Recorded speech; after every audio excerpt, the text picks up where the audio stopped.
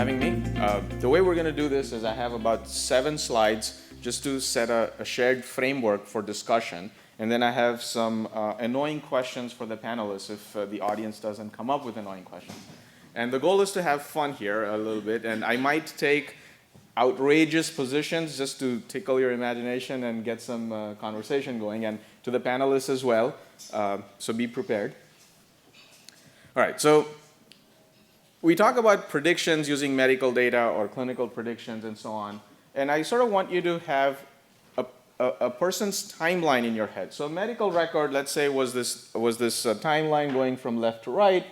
And then a person has a measurement in the record when something happens.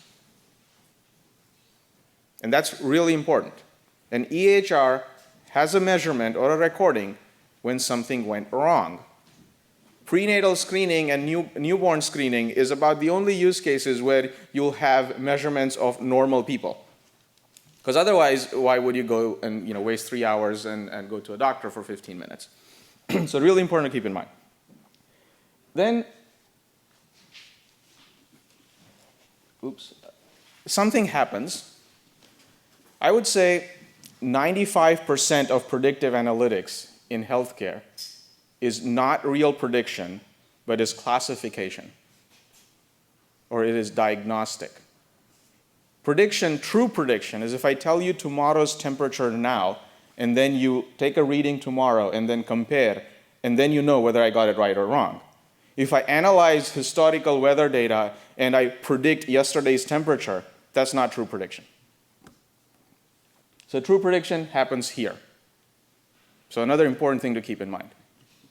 The problem with true prediction is that in the duration in which you have to make the prediction, if the person is healthy or feeling healthy, they haven't gone to the health system.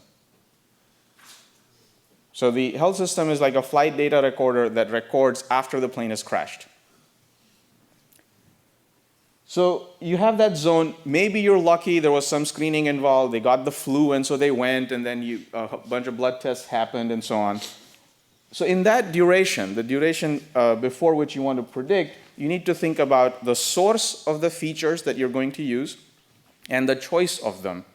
And so for the source, I have this nice graphic from Griffin Weber at Harvard, which talks about the different kinds of things you can get, so medication information, demographics, diagnoses, genetics, social history, lifestyle, environmental exposures, and so on. That's the universe we're talking about.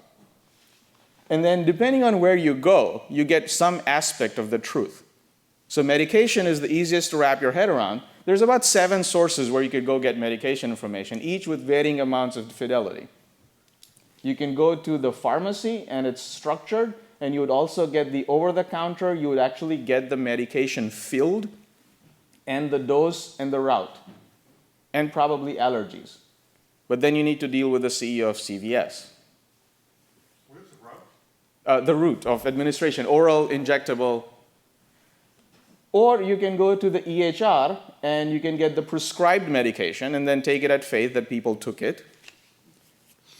You can go to the billing data and ask, what did the insurer pay for? So hopefully somebody, if they bought it, they took it. I mean, it's 50-50 odds. You could go to the unstructured data and try to extract that, and so on and so forth. So depending on the source, you get some version of the truth. And that's true across the board for medications, for demographics, even for gender. I mean, in claims data, people change gender all the time. And when you get to things like environment, things get really complicated. I mean, how would you really get environmental exposure? So that's the universe to think about. Okay. And then think about people. Think about features. So people will be rows in what shows up very soon. Features are the columns. And then you have the third dimension, which is time. So it's a tensor. So you have EHR data. Typically, you get it for about 5-6 years of good data in the US. That's the green, orange, blue columns. And then you basically have drugs, disease, procedures, devices as sort of the main categories of things that you get. And then you have it for millions of people. That's the nice part about it. And you have about 100,000 or 60,000 features to worry about. Claims data, you get it for millions and you have a further reduced space of features to worry about. Then you go to quantified self, variables, and so on, and your sample size shrinks, and the problem morphs into a feature engineering problem, because I don't know how many of you are familiar with variables, but the definition of a step is not standardized. And inter-device variability is higher than inter-mouse variability. And we know that inter-mouse variability is pretty high in case of gene expression, for example. And then you have the omics, which we got a nice introduction in the morning. You can sequence, you get proteins, you get metabolites, and so on. And the key is there you get millions of features and a few thousand samples if you're lucky. So I encourage you to think about the N to P ratio, N being the samples and P being the features. And the N to P ratio pretty much dictates how you're going to approach the problem. No matter what your N to P ratio, you're still going to be dealt with the hand where data is in some random schema or flat files, which might span, in the case of EHRs, drugs, diseases, laboratory tests, a bunch of textual documents. And then from there, you have to do this task of getting to your clean computation matrix. I refer to this task as electronic phenotyping. And there's a couple of challenges here, which we'll actually get to in the panel. Apart from the sparseness of the data, the irregular sampling, the noisy data, the errors, and so on, you also have to deal with inconsistent medical belief systems. And what I mean by that is, let's say you're talking about diseases or pathways. You get groupings of things. So neoplastic disorders is a grouping. And depending on where you go to the NCI Thesaurus or SNOMED CD or ICD-9, you get a different set of items. So you have to reconcile all of them, and that's what I'm trying to show in this cartoon over here. You have 3 directed acyclic graphs that are not always agreeing, but you got to handle that. And then the other big thing is the hierarchical nature of things. Very few data mining systems, feature engineering systems natively handle the fact that atenolol is a kind of beta blocker. It is up to you to do that aggregation and give a reduced feature space.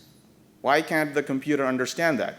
There's 300 such medical graphs that you could use for drugs, diseases, procedures, devices, and very few data mining systems actually understand them. Okay, so just one sort of toe down into the weeds.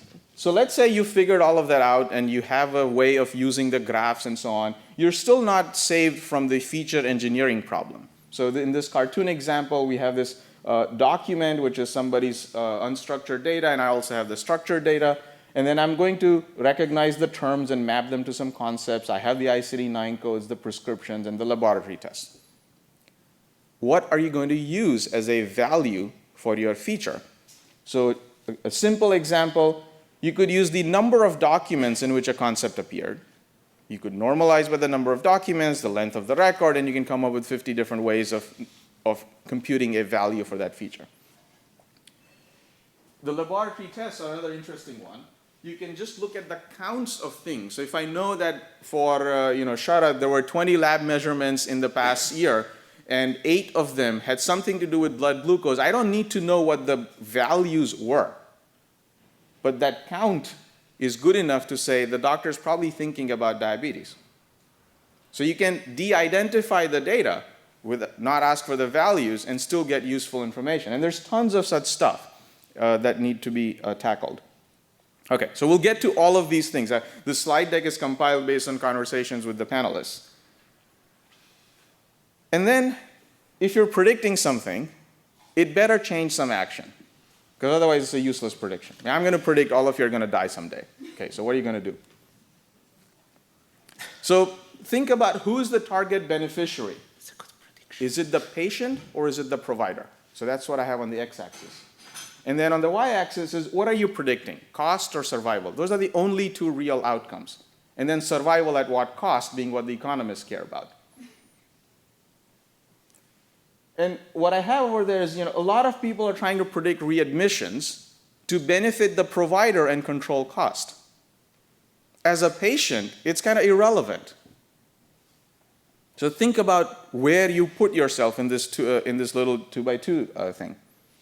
Same thing like the severity score, like the Apache 3 score used in the ICU to manage staffing and send people from the ICU to the general ward. It's not useful to you as an individual or a patient. And then if you have a predictive model, then unless it's deployed, it's not going to work. So the last mile challenge, I mean, you can't email an R script to a primary care physician. And then what incentives drive or hinder adoption? If I have a model that has 5,000 variables versus I have one that has 19, and the 5,000 variable model is 2% more accurate, why should I go that complex? And then lastly, causality versus significance.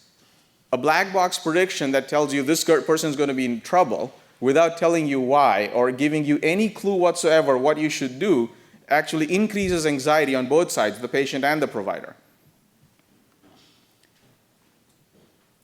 And then I always want to sort of draw attention to where the deal flow is going. So I have this slightly outdated slide from 2011 to Q3 of 2014, and the new version of this is up on Rock Health's website now.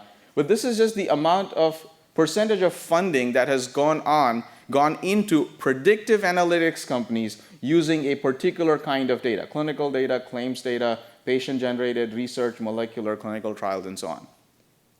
And looking at this, a couple of things are obvious. I mean, you look at this, and if you remember a couple of slides ago, that matrix, very few people are doing prediction of cost using EMR data. Most people predict cost using claims data. Predicting fitness for discharge using EMR data. There are a few success stories around that where real lives saved when you decide based on the data about an individual, are they fit enough to go home?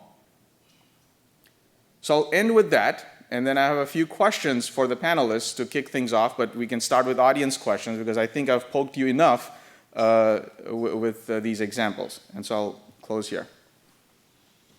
All right. So how do you want to proceed, Nigam? What's next? Well, let's start with the audience before... And you need to continue to use the mic, or you need to put on the lav mic. Do you have a lav mic now? Okay. So audience questions and comments. What's in S box? Okay. Oh, there's a joke. Yeah, so Nick can talk about prevention, but oftentimes when we go to a hospital, it's not really prevention. It's after the fact we already have some discomfort and we have some diseases, we go to the hospital. So being able to do prevention, we cannot just take snapshots of our vital signs or any conditions. So this box is to react to a call of competition. This is about 2 years ago. S Price came out with a competition called Tricorder. Tricorder is a device, if you remember Star Wars series or Star Trek series, and they use the tricorder to sense unfamiliar environment and the health conditions. So the competition, the rule is we need to come up with a device less than 5 pounds, and which can do diagnosis of about 20 different diseases. So this is a box of less than 5 pounds and can do diagnosis of about 15 diseases and measure vital signs. And with such, you can have this kind of device at home to do regular signal processing, data collection. And I think then the prevention is possible. And one major problem we are facing right now is rather than talking about big data, in the medical area, we are actually facing small data problem. And I will probably give examples later on.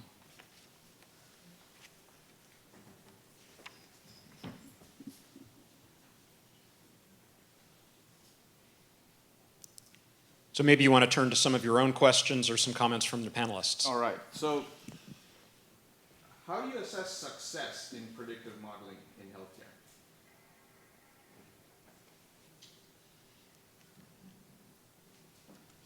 I would probably say the accuracy is extremely critical.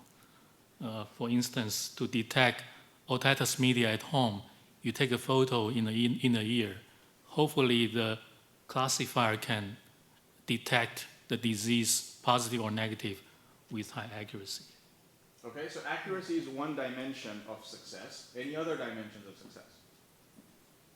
Well, I'll take a stab at this, and maybe a little orthogonal. I feel like I'm kind of the odd guy out here, the venture capitalist. So we tend to think, in a little more focused terms about places where you can develop a product that, and the measure of success is it commercially viable? Do you build a company that from a small start can have, ultimately a large revenue stream?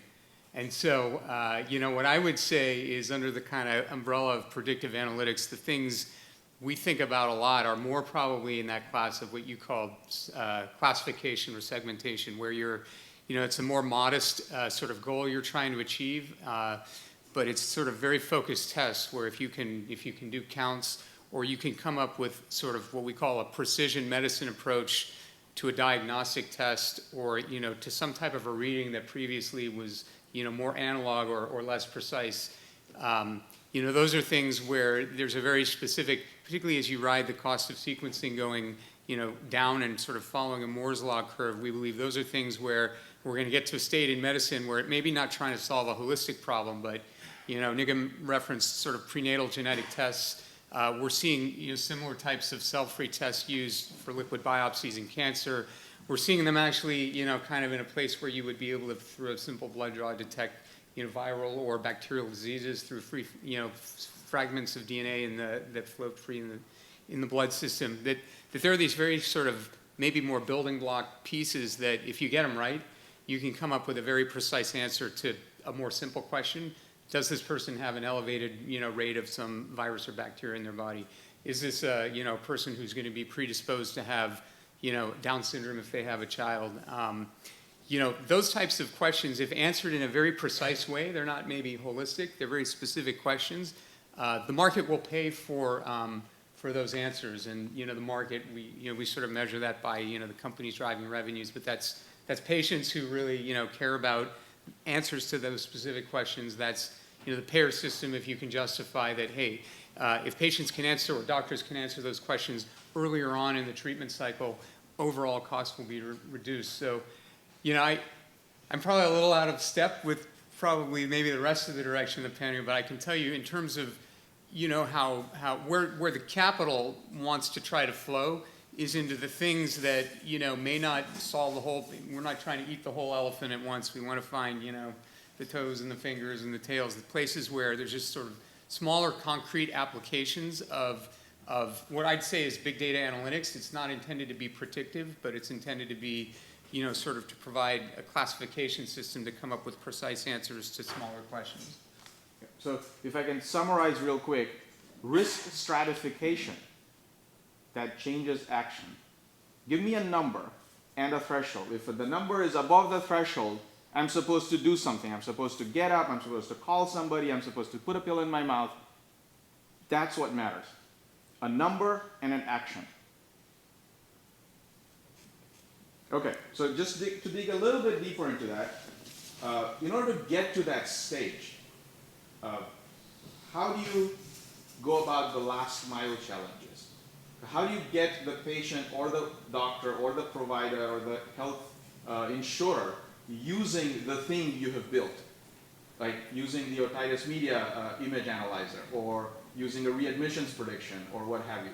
What does it take to get in their face in the workflow and get it adopted?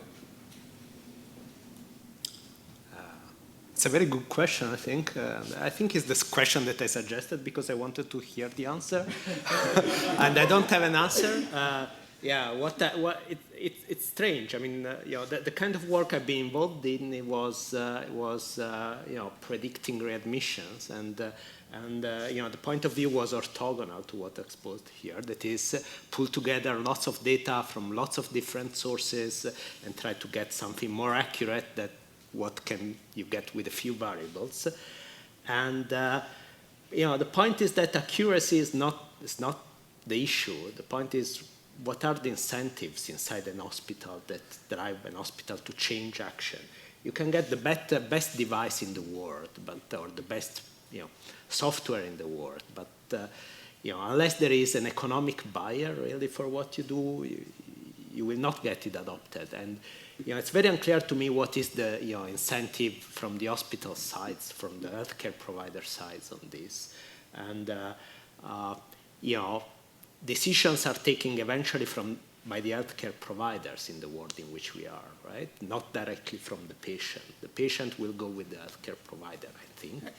And so I heard a lot of people talking in this kind of panels or TV shows, etc., about how this is changing and patients should take healthcare in their hands, etc. It's an interesting vision. I look forward to it happening. All right, so we're getting some audience hands. Hector had something, and there's 2 questions there. Okay, so let me add a comment question. I mean, when I was a teenager, my doctor looked at me and told me, Hector, you're going to have back problems when you're old unless you exercise.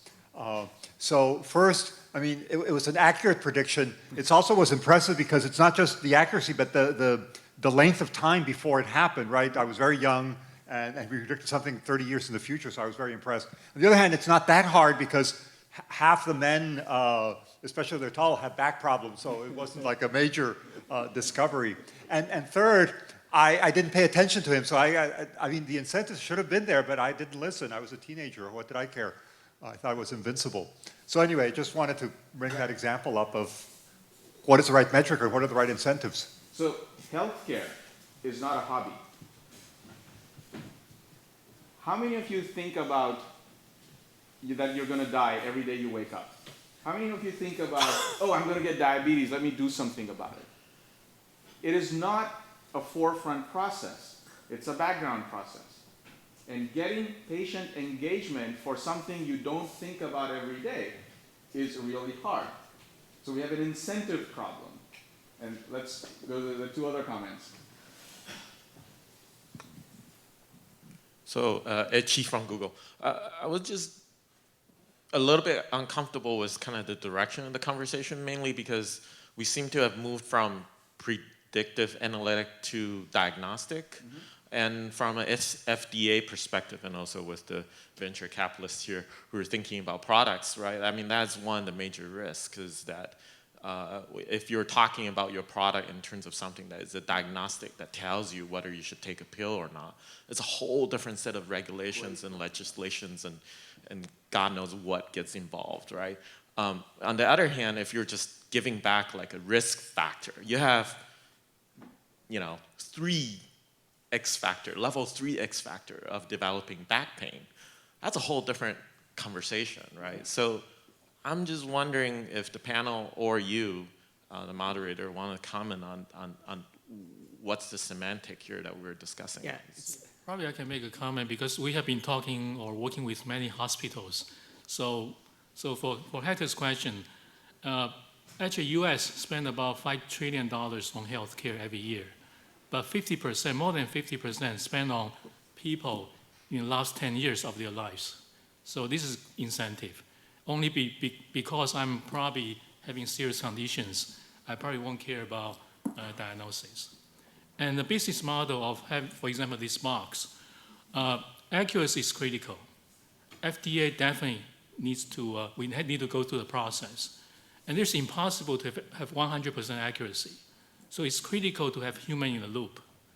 And this device cannot sit at home because once 1 or 2 false positive or negative happen, the company will be wiped out. So human has to be in the loop. There must be a call center.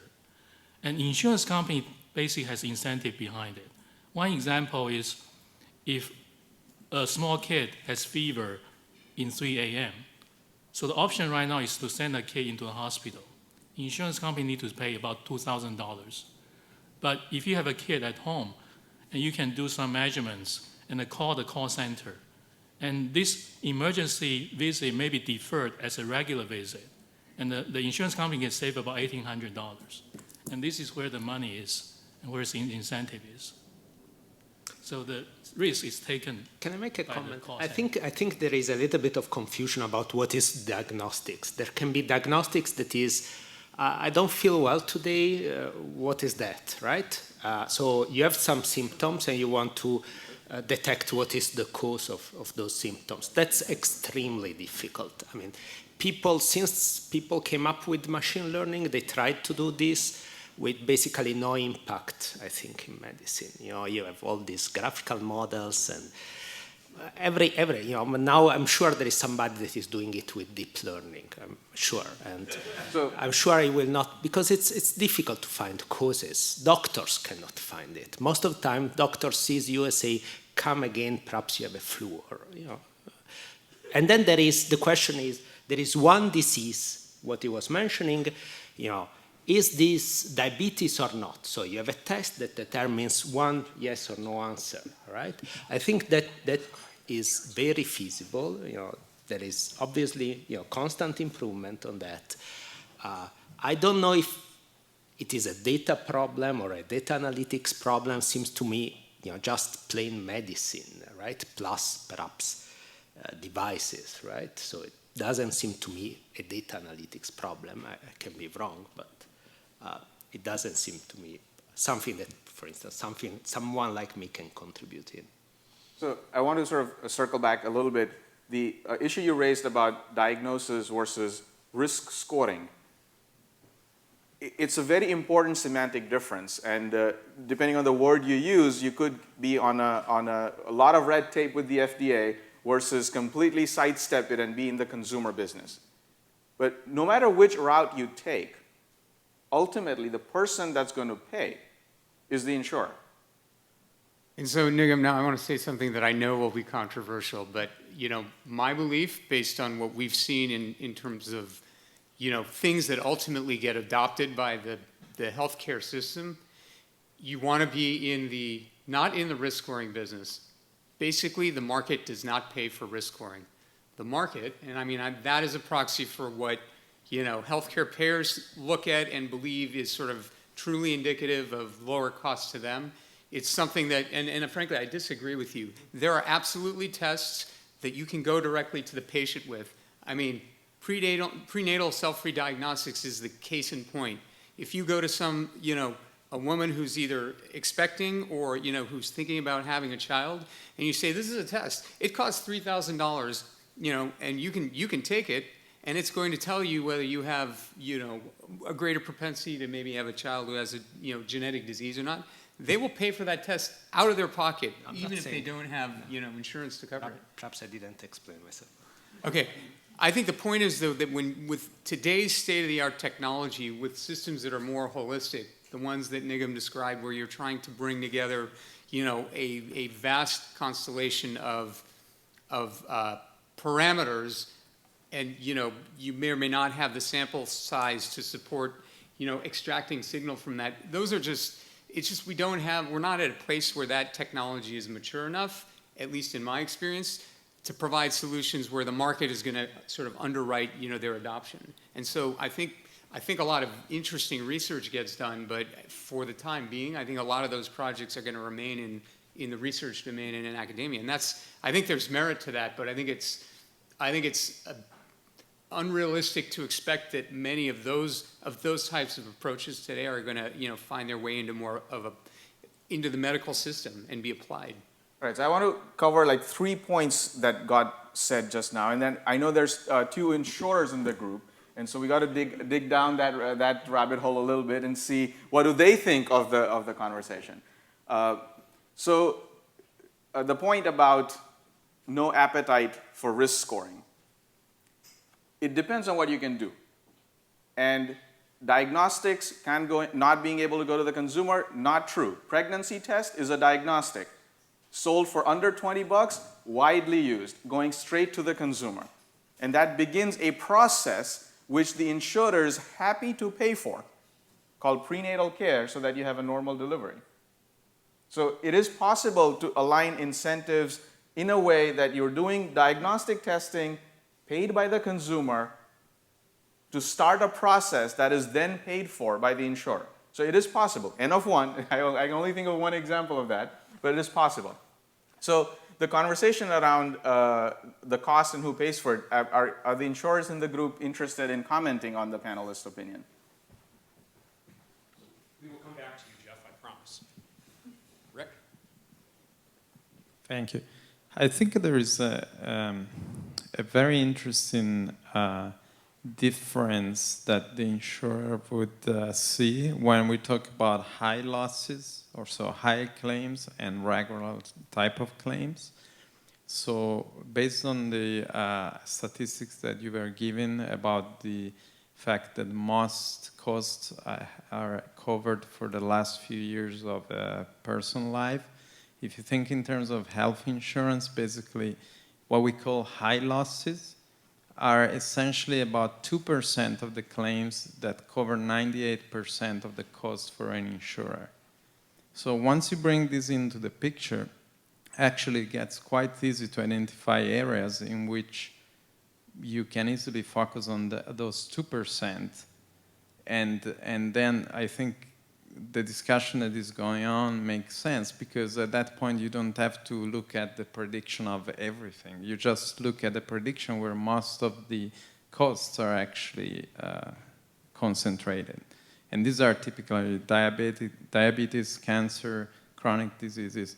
For example, in cancer, just to make an example, I think there is a win-win-win situation that brings together insurers, patients, and healthcare, which is the fact that they all three have the same goal. The patient wants the best cure. The best cure is generally the cheapest, because most of the high costs comes from misdiagnosed treatments. And the insurer, of course, wants the same because the costs go down. So overall, I think this is very interesting, but we shouldn't forget that 98% of the losses come from 2% of the claims. So if I heard that right, basically predicting the extreme tail ends of the cost distribution to get clues about what to do is a prediction for which there's some appetite. Okay, I want to change gears a little bit, and before we go far down the incentives rabbit hole, in order to do this kind of predictive mining, let's say we're trying to predict cost or efficacy of, is this drug going to work for you or not? Because cancer drugs are expensive. If it's not going to work, I don't want to take it because all you get is the toxic side effects. Where do you go get the data? And what are your thoughts around, I mean, this is a nice picture, but if I want to go get all of this data, even for myself as an individual, it's really hard to get a hold of it. And as you know, there's conversation around data privacy, around security, around compression, but where is the conversation around access? And access is not always an engineering problem. Sometimes it's a cultural or a legal problem, but I'm sure there's something that this group would have to say about that. So where have you gone for data when in the works you've done? From his box, you got it. I mean, if you have a device, then that's no issue. That's one reason why devices, building devices is way easier. But if you're thinking of EHR, then you have to work with hospitals. So how many of you have actually worked with a hospital to try to get EHR data from them? Can we get a quick show of hands? 1, 2, 3, 4, 5, 6, 7, 8. Okay.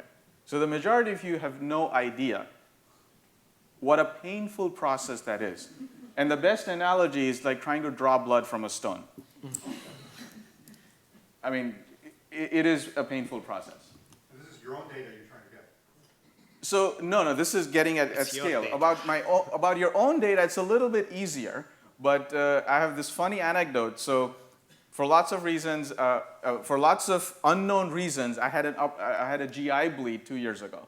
Still unknown why it happened. And then I moved insurers, and I went to the Stanford system, and I went to my old provider and said, can I get the copy of the colonoscopy because you said you didn't find anything? And they're like, yeah, sure, you'll have to pay $25 and we'll give you the copy of that. Okay, here's $25. And then I get a CD with one PDF document on it with 3 screenshots from that video. That is the state of the art of data sharing. Completely useless. And if I take that to my Stanford doctors, I mean, what are they going to do with it? It's 2 years old. It's 3 screen grabs from a 20-minute procedure on a PDF that's given to me on a DVD. which it took me like 3 months to find a DVD player to put it in. So that's the state of the art. So Nigam, you mentioned large-scale data, and at the break this morning, I heard from some of our guests that they would love to hear more about what we really mean when we talk about big data. I wonder if you or any of your panelists could, and this is the perfect chart, I think, to provide the context. How much data are we actually talking about here if someone goes through this painful process of actually collecting relevant data to do the kinds of predictive analytics So we've been I'll talking ask about, David to or chime in. Ravi, the kind of startup Yeah, value propositions your companies are providing, or Ed, the sorts of things you want to do at I'll keep it HTC brief. Health? I think the data that the kinds of companies we're backing or collecting is not at the scale that, some of the research projects that the other probably much smarter people on this panel are undertaking. But it's generally in, I would say the hundreds of gigabytes or maybe terabytes for the whole corpus.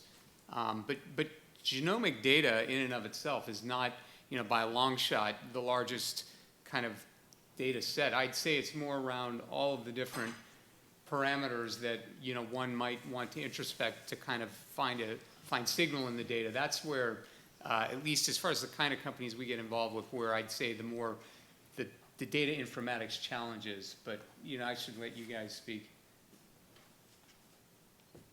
So for the 100 participants that you talked about, what kind of data sizes? The order of petabytes.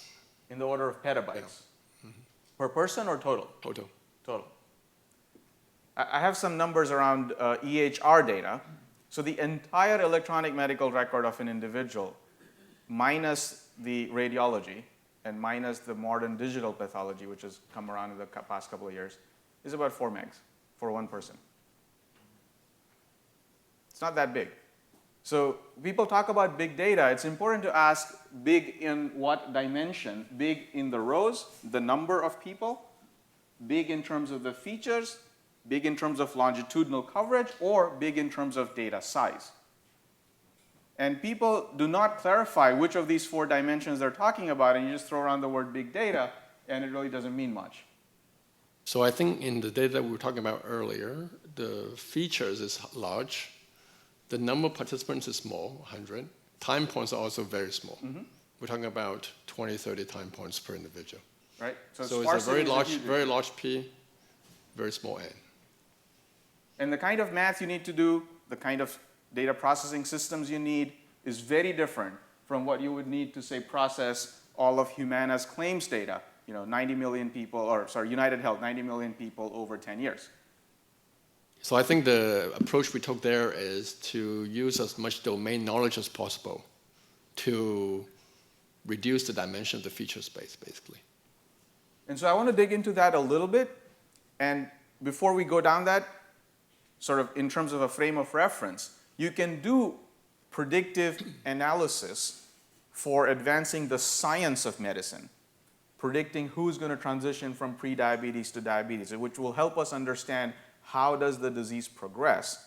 Or you can do predictive analytics for the purpose of the business of medicine, the health care, where you want risk stratification along with an action attached. They're 2 complementary but very different activities, and confusing them is usually a challenge for everything, like conversation, business models, grant funding, everything. So in order for handling the kind of data that you handle, what systems do you use, and how do you know that amongst the millions of features you have, you've gotten the right features? And are data mining systems today even capable of using what I'm calling these knowledge graphs? I mean, the use of pathways is an attempt to leverage prior knowledge into your data mining. Yes. But you're still defining a set. A set of Proteins and metabolites, and you're collecting that as an aggregate feature. So out of the 24,000 proteins, you've selected 10, and you put a sticker on it saying they're all part of the Krebs cycle, and therefore they should go together. So we also exploit the graph structure in addition to just a set. So it's a bit more than a set. What about the hierarchy? The hierarchy of what? So drugs have hierarchies. Proteins have hierarchies. So there's kinds of proteins. Right. So we haven't used that yet. are there methods around that use that kind of information? No. I'm not aware of that. So Amongst the audience? I mean, now we're getting into fruitful areas of research. That's a problem. This problem, using a graph structure to figure out what features, what P's should you use, which is an unsolved problem. Healthcare and medicine will give you 300 of these graphs without telling you which one is the right one. And then you have to figure out how to use them in whatever you're doing for prediction. Yes, there's a hand back up there.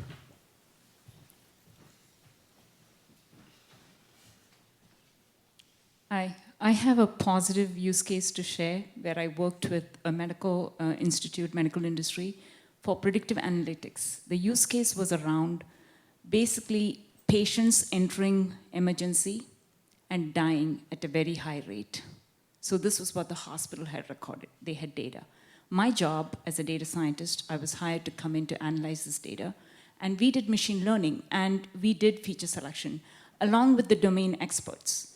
And what we did was, we looked at all of the characteristics of that patient, how many times they entered the hospital, what history they had, what records. Data was very painful. And as many people have talked about, it's small size data. So data is very, very small, in the order of 4 to 5 to 6 MB. So we don't need a Hadoop system to process this data.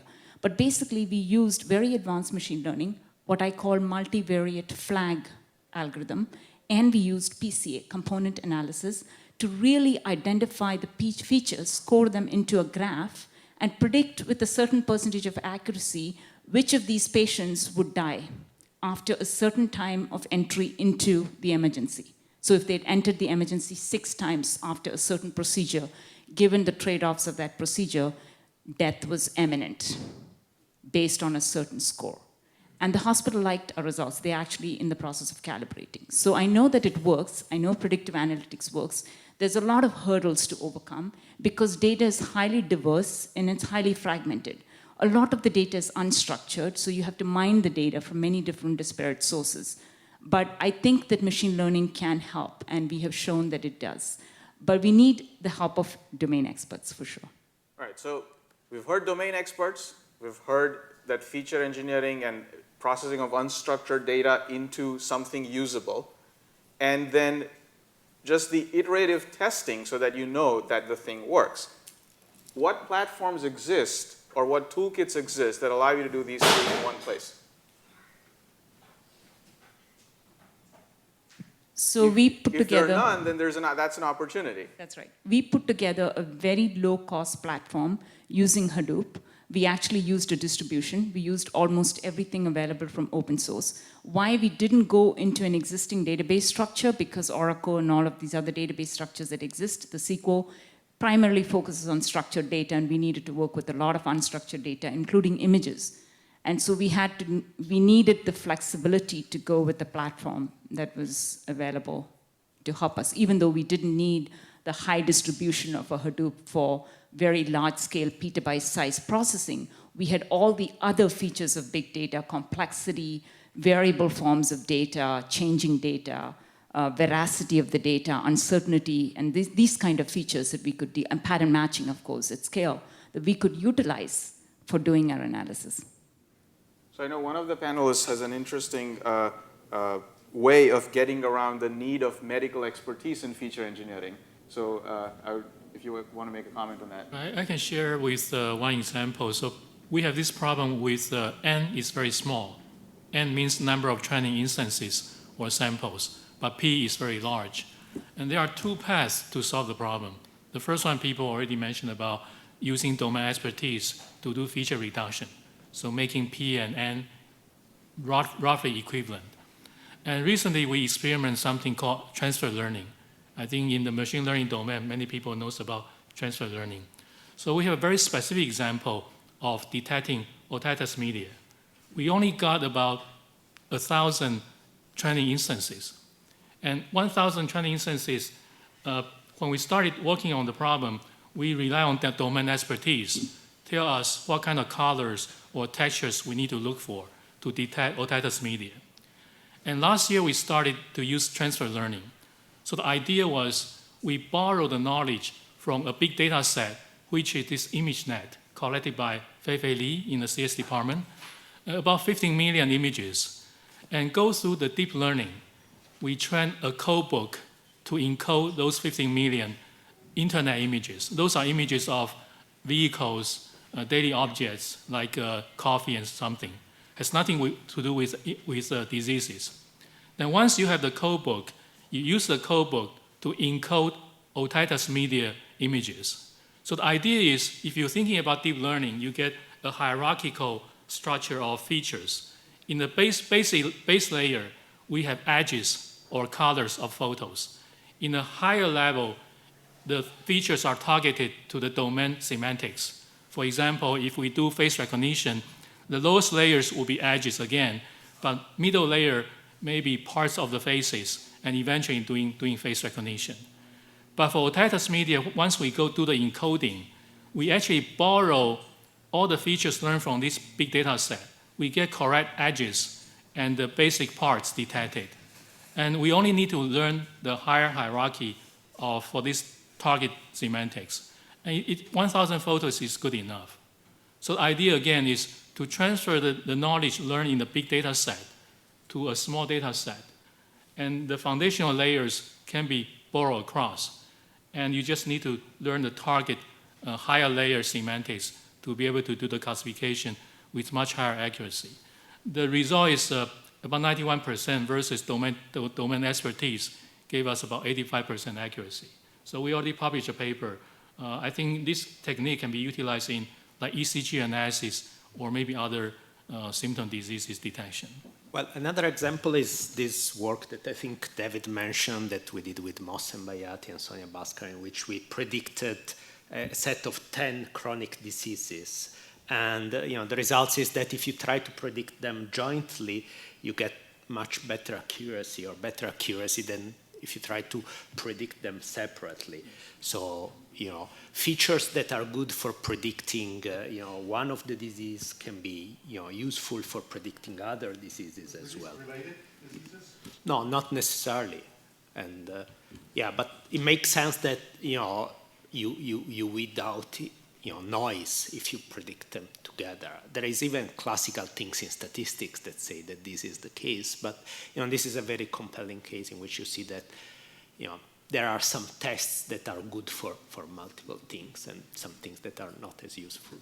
So there's an audience comment here, and before we get to that, I know there's somebody from Google here, and this notion of transfer learning, there have been some high-level conversations, I won't name names here, where there's a strong interest in looking at whether the features that Google collects on individuals on the consumer side are any use, or do they transfer over in computing patient similarity? And it's just a conversation right now. Nothing has happened yet, but that's something that maybe under the SDSI umbrella can advance further. So question or comment. So I have a question. We hear a lot about unstructured data, and it seems like a lot of people have a lot of different definitions for what that means, and it may be context dependent. So I was just wondering for the different panelists if you have some specific definition based on your work and how that may change depending on the context. What is unstructured data? And the work that we did, I think it's notes by the doctor, so it's natural text. And you can put in probably images as well. So I want to change gears a little bit. If you got excited about predictive analytics, you figured out the right use case about risk stratification or predicting something that changes action, where would you go get data? Apart from begging to a hospital CEO. So the thing I want you to think about is you can write a check and get data. Yeah, there's a comment there, yes. Begging an insurance company. So where do I write the check to? So I will pull up the website and my PayPal account, sorry. two of the sources that I think are very common are, at least in the insurance industry, are either claims data or data that comes from aggregators, so companies that actually do the job of aggregating this data, and they just simply sell it in a de-anonymized format. So what I have up here is a website. I'm not affiliated with them at all. I just found out about them, where you can go here and you can go get a list of databases for which, so it's a pretty long list. For each database, at some point they had an example listing for free, where I think the listing they had was for the Cerner market health facts database, with the name of the person who's the licensing authority, what's in the database, how much does it cost per year if you're academic versus commercial. And literally, I mean, this thing is by subscription, so I haven't signed up. So it has 225 databases in their profiles, and if you pay them $4,000, they will tell you the exact process and the price by which you can go get and buy one of these things. So that's just a thought to keep in mind. People complain about lack of data. You can just go buy a bunch of stuff. How much does it cost? It depends on what you get. So the health facts database, for example, with the right negotiator on your side, you can get all of it for under 100K. That's one of the 225.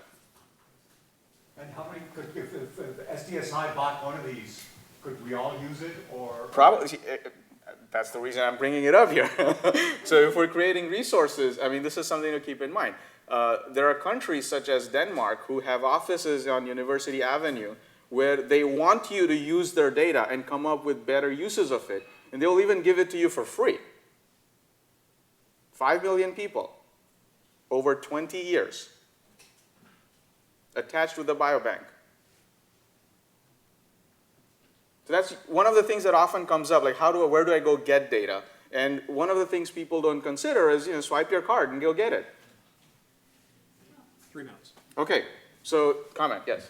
There is a lot of free population health data. I mean, I know this lists the government data, but there's a lot of free data from the CDC, and there's low-cost data from Medicare. HCOP, Medicare. Healthdata.gov is the other website that is worth knowing about. I should probably pull that up.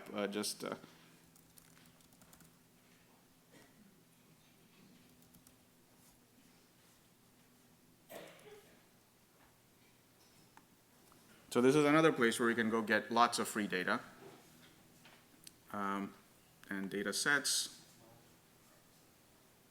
Each of these are different kinds of data sets that these are, most of them are free actually. And then I just want to highlight groups like this. This happens to be one of 3 nicely connected groups around the US. This one is international actually, where people have taken their local data sets and put them into a shared schema. It's not perfect, some of it won't fit, and there'll be arguments about whether you're losing information and so on. But across the community, particularly for this group, and I'm trying to find the list of people who we are, collaborators. That's the worldwide distribution. And across this whole network, you can get 682 million patients worth of data for analysis. You don't get it on your hard drive, unfortunately. So you have to adapt to their mindset and work with their constraints and so on. But if you have a predictive model that you can train with Stanford data or with whatever institution you're at, and you've operated within the confines of this group, and it is cramped over there, I mean, the constraints they impose on you, but then you can give it to these other people who will validate it their own site. Final comment.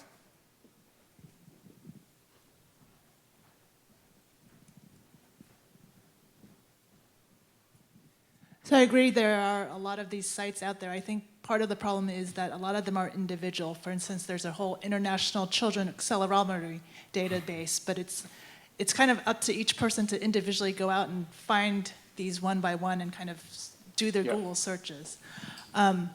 Question I wanted to ask the panelists is, there is kind of this move towards people grabbing their own electronic health records or their own wearable data and making that available through different portals. And I wondered if the panelists wanted to comment on where they think that whole movement is going in terms of providing data for research or different organizations to use.